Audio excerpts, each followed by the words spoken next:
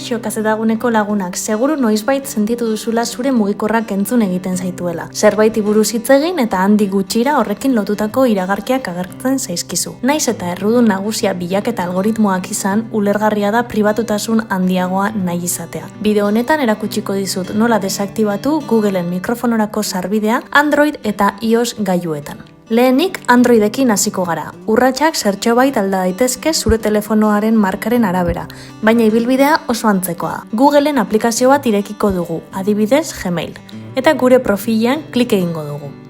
Hemen kudeatu zure Google kontua hautatuko dugu eta barruan gaudela berantz jaitsiko gara.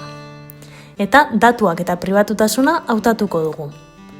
Hemen webguneko jarduera eta aplikazioak atalean sartuko gara, eta behin barruan gaudela, ahots eta audio jarduerak desaktibatu ahal izango ditugu.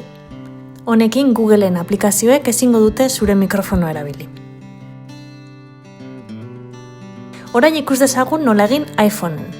Egin beharreko urratsak oso antzekoak dira. Googleen aplikazio bat irekiko dugu, adibidez Gmail, eta gure profilean klik egingo dugu. Hautatu kudeatu zure Google kontua, eta ondoren datuak eta pribatutasuna. Ona iritsitakoan, webguneko jarduera eta aplikazioak atalean sartuko gara.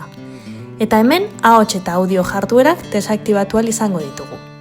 Androiden bezala, baimen hau desaktibatzeak ahots bidezko bilaketa funtzioak mugatuko ditu, baina pribatutasuna irabaziko dugu. Eta listo, orain badakizu nola eragotzi Googleek mikrofonoa erabiltzea. Gogoan izan zure pribatutasuna babesteko modurik onena aplikazioek zure gailuan instalatuta dituzten baimenak aldizka berrikustea dela. Bideoa gustatu bazaizu, ez ahaztu gustoko duten batea eta gure kanalera harpidetzea bideo gehiagotarako. Hurrengora arte!